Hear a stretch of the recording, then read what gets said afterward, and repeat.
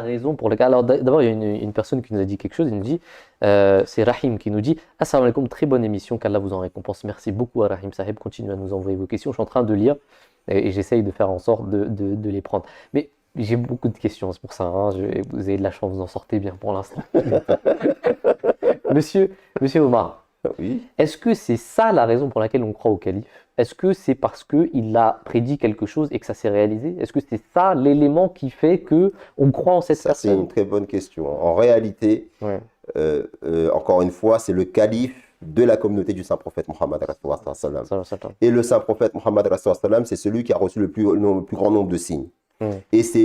Et pour autant, les personnes à son époque, malgré les signes qu'ils ont vus de lui, Saint-Prophète à son époque, la lune s'est fissurée en deux. Et les gens qui étaient ses contemporains, et c'était à la Mecque en plus que cet épisode s'est produit, les gens qui étaient à la Mecque, c'était ses pires ennemis. Ils n'ont pas cessé de le persécuter. Même la persécution, elle a été tellement intensifiée que le Saint-Prophète, il a été obligé de quitter la Mecque pour émigrer vers Médine. Donc, si des signes, et les plus grands signes, encore une fois, je le dis, c'est à l'époque du Saint-Prophète sallam. Si des grands signes comme cela, extérieurs, n'ont pu convertir, n'ont pu persuader de la véracité du meilleur d'entre les hommes, à savoir le Saint-Prophète sallam, ça veut dire que ce ne sont pas les signes extérieurs qui sont la preuve de la véracité d'un homme de Dieu. C'est pas ça.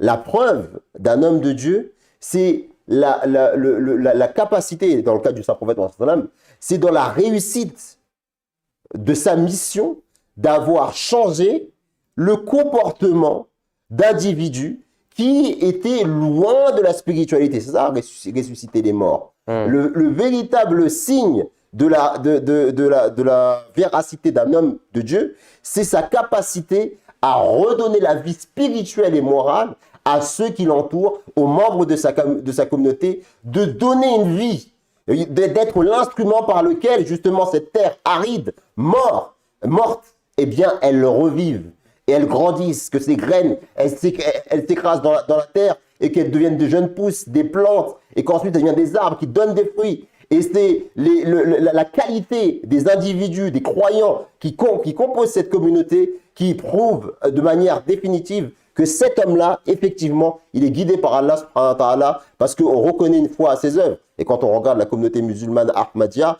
et les œuvres extraordinaires qu'elle fait dans le service de l'humanité et même dans le service de l'islam, la traduction des livres du Saint-Coran, la création des mosquées, la création des hôpitaux, la création des orphelinats, la création l'aide aux pays défavorisés, la création des écoles, des collèges, des lycées, des universités, les jamias, des universités théologiques. Toutes ces œuvres-là, elles sont faites au nom de qui? Au nom d'Allah, en disant que nous reconnaissons une personne qui est venue en cette époque moderne, rationalisé, sécularisé, et qui dit qu'il reçoit la révélation divine.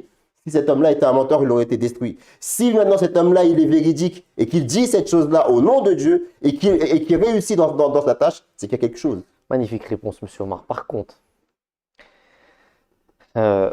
pourquoi on en fait tout un tas alors? Je veux dire, si c'est pas la raison pour laquelle on doit croire en cette personne, pourquoi est-ce que quand ça arrive, on le dit à tout